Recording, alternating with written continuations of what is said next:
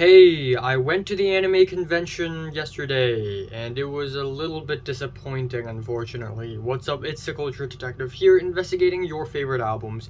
And today I'm going to be doing another Hong Kong album review, where I review an album that came out of Hong Kong.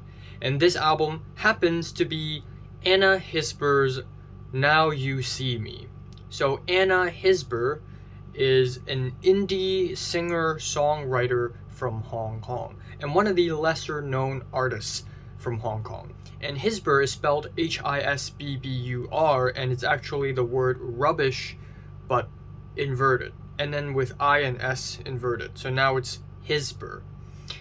And this is the album Now You See Me. Now, finding out about this album is a really strange process. So, flashback to about a few months ago, in April, I believe, I and my friend Potter were talking and chatting, and we were back in LA at that point. And he introduced me to a bunch of indie Hong Kong rappers, including Novel Fergus. So, that night, or on another day, in a similar time period, I went to YouTube and searched for Novel Fergus, and I somehow found out about Novel Friday. And I thought Novel Fergus and Novel Friday are like in the novel gang or something, but no, they're completely different, I guess. But anyways, I found out about Novel Friday. And then, I think a month later or so, I went to rateyourmusic.com and I was like, you know what? I'm gonna make a difference. I'm gonna make a difference. So I went to the website and tried to add Novel Friday and Novel Fergus onto the artists thing, onto the artists catalog. I tried to add them onto rateyourmusic.com, and I wasn't very successful because my profile, my requests are too sloppy or something. So a lot of these artists' profiles took a long time to be approved. There were a lot of corrections to be made, but Novel Friday is actually the first artist profile that got approved in rateyourmusic.com, and now it's up there. If you go to the website right now and search for Novel Friday, it's there. Why? Because of this guy. But for some reason, recently, about a week ago, when I looked for Novel Friday on Rate Your Music, I found that there's a he appeared on section. Apparently he has appeared on this other album called Now You See Me by Anna hisbbuR. I've never heard her name before.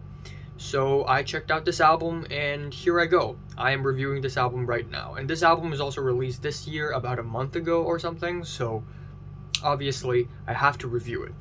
So anyways, that is how I found out about this album. And what can I say? This is a really bland, cliche, indie pop album with a certain aesthetic. You know, the same kind of aesthetic when you see a teenage girl in a baggy sweater buying a pumpkin spice latte in Starbucks. That kind of aesthetic. In a way, this kind of music is like cafe music, because you put this album on in a cafe and then you just kind of slowly forget that you're actually listening to music to begin with. And it doesn't help that this album has 16 tracks, so we have 16 helpings of this kind of boring indie pop music. As much as I love to hear more indie music in Hong Kong, I have to say this is definitely one of the least original and one of the most boring albums I've heard ever. Yeah, it's really boring. Now, there's also nothing offensive about this album, so I wouldn't say it's a terrible, awful, atrocious album, but I would say that this is boring, unfortunately. So I'm going to go over a few tracks. The first track is I Don't Want to Leave Demo. Why? I don't know why she would put a demo track as the first track. It doesn't sound as good. The production, the songwriting is just not very great. The title track is a simple drum beat and breathy vocals. In fact, throughout the whole album, Anna hisbbuR sports these breathy vocals like she's Billie Eilish or something, except her vocals are not as good, so it's just not as good. And then we have the track X, where she puts some auto-tune on the vocals, and it adds nothing to the track other than to make it more awkward. The track On My Way Home features Novel Friday, whose performance is just okay in my opinion.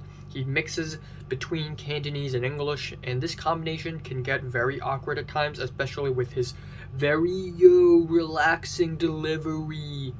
And then we have the track ACBCDC, where she thinks she's Hiyasashi Joe or something. And then we have Someday My Prince Will Come, which is a sleepy, jazzy R&B track where she decided to sing in Korean. I really appreciate the boldness. I really appreciate her bravery for singing in Korean. First of all, singing a whole album in English and then singing in Korean on this track, that's really cool. Lyrical diversity, I like that.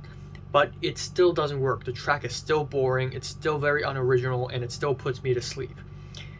Then we have the last leg of the album, which I think is probably better than the rest of the album. The track Medusa features interesting production that is interesting relatively anyways. It has these weird distortion effects and loud hand claps, and it definitely sounds a lot less boring than the rest of the track. Same goes for the next track, because apparently this track and the next track are also produced by this guy called Mael, M-A-E-L, so that's that.